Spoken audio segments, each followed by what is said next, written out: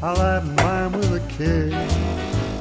Boiled or fried, I'm satisfied as long as I get my kicks.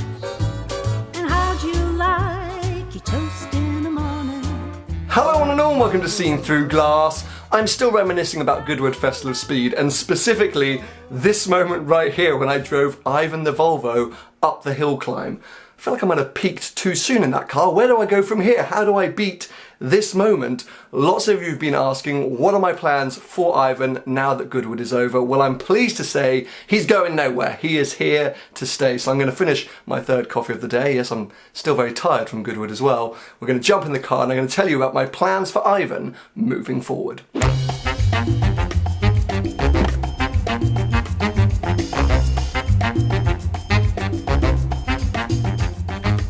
Now, a big part of buying this car was to remind myself why I love cars and driving in the first place, because as amazing as my job is, it has maybe become a bit blasé about supercars. I was walking around Festival of Speed going, oh yeah, 488 Pista. Boring. Koenigsegg. No one cares! And I hate that about myself because 5-10 years or so ago, I would have had a complete meltdown or heart attack looking at some of the cars that were on display at this year's Festival of Speed. So yes, this car is all about going back to basics. It doesn't mean I'm not going to be filming supercars and motorsport and the usual things on the channel, but it's a sort of personal project. And so therefore, the first thing I want to do with Ivan is kind of return him to his former glory, because 167,000 miles on the clock, 20 years of life, a lot of wear and tear. And you know the wear and tear is getting worse, or has got worse over the last week or so as I've put it through its various challenges with the Shell V-Power campaign, and even, I mean, something about Prius drivers in London. Maybe it's Prius drivers all over the world. Just don't know what they're doing. But anyway, yes, all the challenges and going up the hill climb have started to take their toll on Ivan. So that's really what I want to do in the first instance. It's kind of like TLC, tender loving care. I need a Volvo expert who can kind of analyse things, see what's gone wrong, what's still going right, replace any parts that need to be replaced, give the car a fresh lick of paint, replace any kind of scratched bodywork, just make it look almost as if it were new. That'll be a hard task, but I really want to go to that extent. So the first part of that I can do myself, just pull over and remove some of the modifications I had to do for the Shell campaign.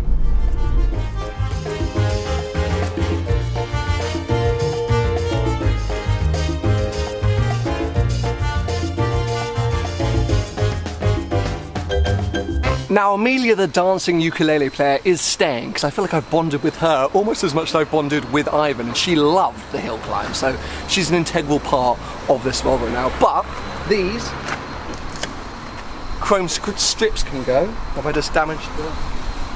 No, thought I damaged the paintwork there, but it's a bit of plastic.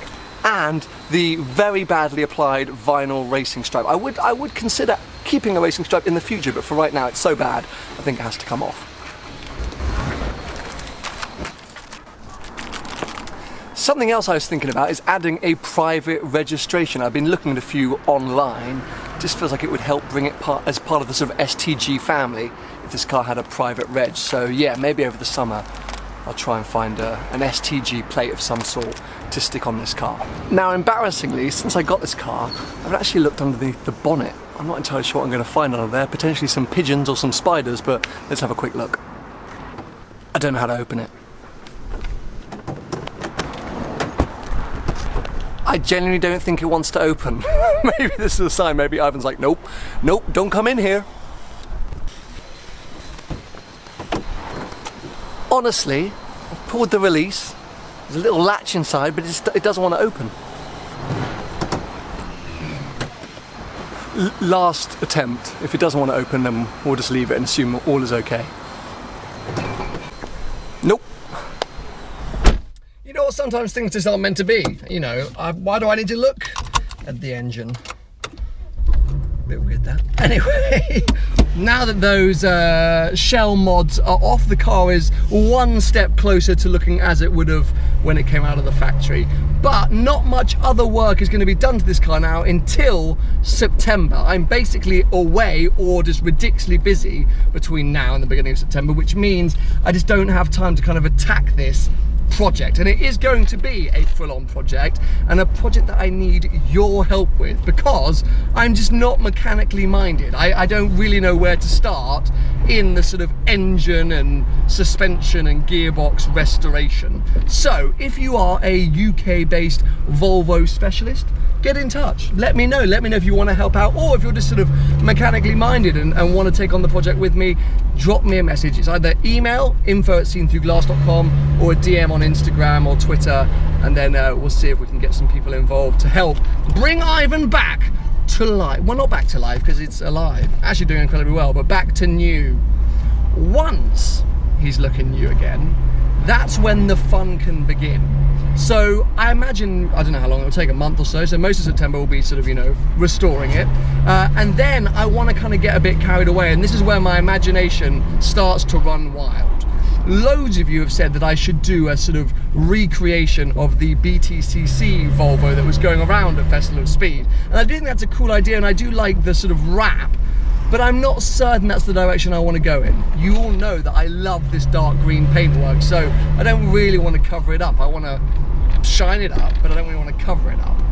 So then I was thinking, right, what else could I do? I've seen a lot of people do sort of sleeper projects on Volvos, lower them, big wheels, even like fruity exhausts on, and that's pretty cool. I was very unrealistic and said, oh, maybe I could put like a V8 engine in, but then I found out you can't just put any engine in any car. So that was me being, yeah, a bit thick, sorry.